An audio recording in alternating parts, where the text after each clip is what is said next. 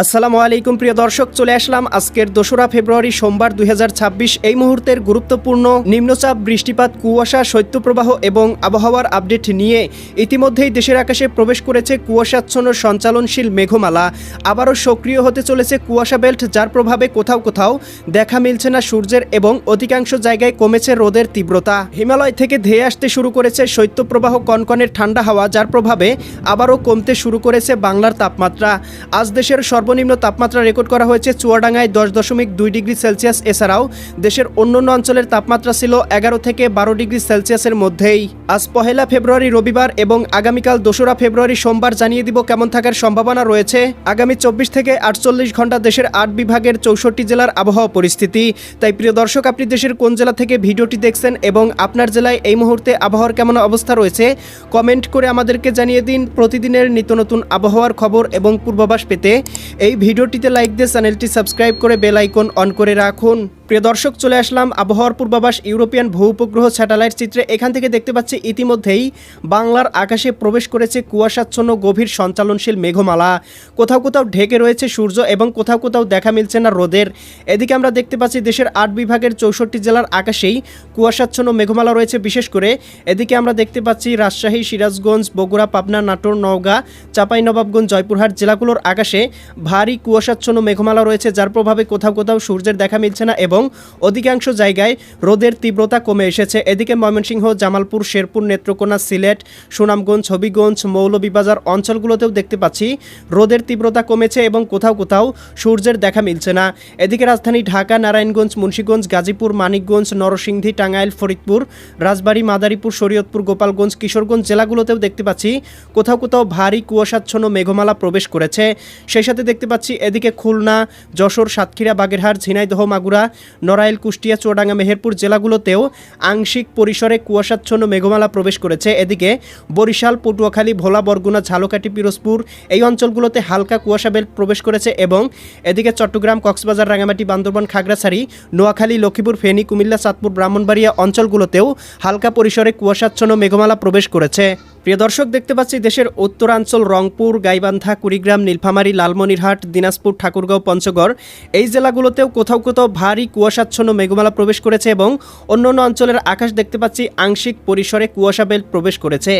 ভারতের উত্তরবঙ্গ, পুরুলিয়া, মালদা, এদিকে ইসলামপুর, এদিকে আমরা দেখতে পাচ্ছি শিলিগুড়ি, দার্জিলিং, কোচবিহার, ধুবড়ি, এদিকে জলপাইগুড়ি, এদিকে আসাম এই অঞ্চলগুলোতেও ভারী পরিসরে কুয়াশা বেল্ট প্রবেশ করেছে। সেই সাথে ভারতের ত্রিপুরা রাজ্য, এদিকে পশ্চিমবঙ্গ, কলকাতা, খড়গপুর, চন্দননগর, আরামবাগ, মুর্শিদাবাদ, কাটোয়া, দুর্গাপুর, শান্তিপুর, বর্ধমান জেলাগুলোতেও কুয়াশা বেল্টের উপস্থিতি রয়েছে।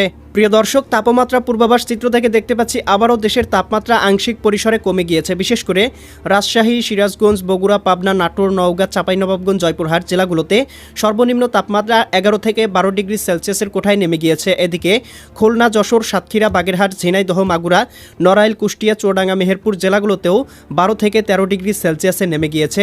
রাজধানী ঢাকা, নারায়ণগঞ্জ, মুন্সিগঞ্জ, গাজীপুর, মানিকগঞ্জ, নরসিংদী, টাঙ্গাইল, ফরিদপুর, রাজবাড়ী, মাদারীপুর, শরীয়তপুর, গোপালগঞ্জ, কিশোরগঞ্জ জেলাগুলোতে দেখতে পাচ্ছি 14 থেকে 15 ডিগ্রি সেলসিয়াস। এদিকে ময়মনসিংহ, জামালপুর, শেরপুর, নেত্রকোনা জেলাগুলোতেও 14 থেকে 15 ডিগ্রি সেলসিয়াস। সিলেট, সুনামগঞ্জ, হবিগঞ্জ, মৌলভীবাজার অঞ্চলগুলোতেও 13 থেকে 14 ডিগ্রি সেলসিয়াস। এদিকে দেখতে পাচ্ছি বরিশাল, পটুয়াখালী, ভোলা, বরগুনা, ঝালকাঠি, পিরোজপুর জেলাগুলোতে 18 থেকে 19-20 ডিগ্রি সেলসিয়াস পর্যন্ত তাপমাত্রা থাকতে পারে। এদিকে শেষ রাতের দিকে এবং সকালের দিকে চট্টগ্রাম, কক্সবাজার, রাঙামাটি, বান্দরবান, খাগড়াছড়ি, নোয়াখালী, লক্ষ্মীপুর, ফেনী, কুমিল্লা, চাঁদপুর, ব্রাহ্মণবাড়িয়া অঞ্চলগুলোতে 14 থেকে 15 ডিগ্রি সেলসিয়াস পর্যন্ত থাকতে পারে। ভারতের ত্রিপুরা রাজ্যেও 14 ডিগ্রি সেলসিয়াস। এদিকে পশ্চিমবঙ্গ, এদিকে কলকাতা, খড়গপুর, চন্দননগর, আরামবাগ, মুর্শিদাবাদ, কাটোয়া, দুর্গাপুর, শান্তিপুর, বর্ধমান, পুরুলিয়া, ইসলামপুর, এদিকে শিলিগুড়ি, এদিকে জলপাইগুড়ি, দার্জিলিং, কোচবিহার, ধুবড়ি, আসাম অঞ্চলগুলোতেও 13 থেকে 14 ডিগ্রি সেলসিয়াসের মধ্যেই তাপমাত্রা থাকতে পারে। প্রিয় দর্শক, দিনের তাপমাত্রা কিছুটা বৃদ্ধি পাবে, তবে আংশিক পরিসরে কোথাও কোথাও তাপমাত্রা কমেছে।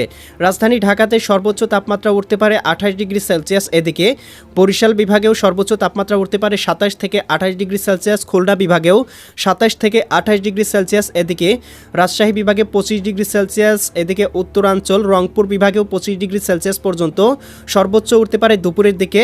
এছাড়াও দেখতে পাচ্ছি ময়মনসিংহ বিভাগেও 25 থেকে 26 ডিগ্রি। এদিকে সিলেট বিভাগেও মোটামুটি 26 থেকে 27 ডিগ্রি সেলসিয়াস এবং এদিকে আমরা দেখতে পাচ্ছি চট্টগ্রাম বিভাগেরও কোথাও কোথাও 27 থেকে 28 ডিগ্রি সেলসিয়াস পর্যন্ত তাপমাত্রা উঠে যাওয়ার সম্ভাবনা রয়েছে।